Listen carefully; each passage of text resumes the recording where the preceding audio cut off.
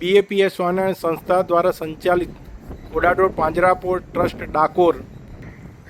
પાંજરાપોળમાંથી નીકળતા છાણનો ઉપયોગ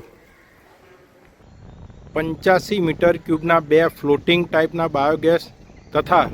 125 metre ક્યુબનો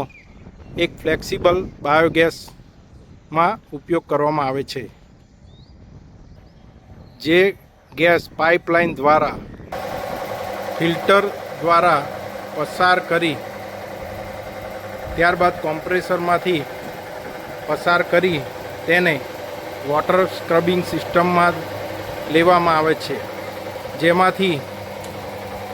sulphur અને મોઇશ્ચર દૂર થઈ ત્યારબાદ તેને ફરી ફિલ્ટરમાંથી પસાર કરી ફિલ્ટર થયેલો ગેસ બલૂનમાં ભરવામાં આવે છે, જેનો ઉપયોગ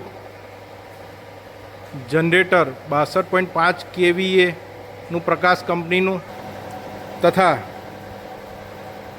બીજા ગેસનો ઉપયોગ ટેન્કરમાં ભરી અને પ્રેમવતીમાં રસોડામાં વાપરવામાં આવે છે.